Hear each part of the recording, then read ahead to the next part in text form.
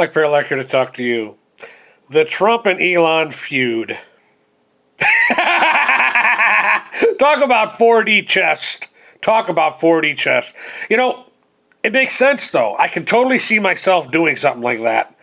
It's like, okay, we've accomplished all we can accomplish here. Now we're going to have to play a different game. They know what they're doing. They know what they're doing. It reminds me of a fantasy I used to have when I was a child. This fantasy came to pass for me in my mind when I realized how limited human being is and humanity itself is.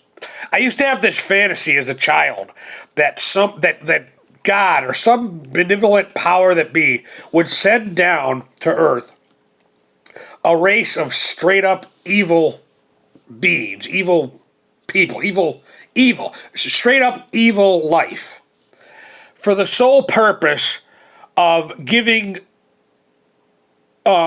limited earthlings something to get behind together and fight. Kind of like the plot of kind of that, not exactly, but yeah, I know it resonates with the plot of that freaking movie, Independence Day. But no, I had that fantasy before that movie came out. This was a childhood fantasy I had. Like I said, when it came to pass in my young mind that humanity is limited. I had a fantasy that some benevolent power, God, would send down. Send to Earth, evil. Also, an episode called "Second Chances" from the Outer Limits series comes to mind. The one that aired in the '90s. There's an episode called "Second Chances." Very complicated story. They use that song "Return to Innocence" from an Enigma. That band, an Enigma. Anyways, yeah, but that was a fantasy I had when I was a child. And I think, that's,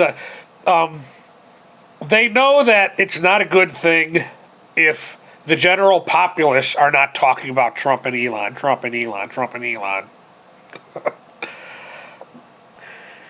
But God is amazing. Just recently, I learned about a plant life underwater that has a brain and exists as a tadpole.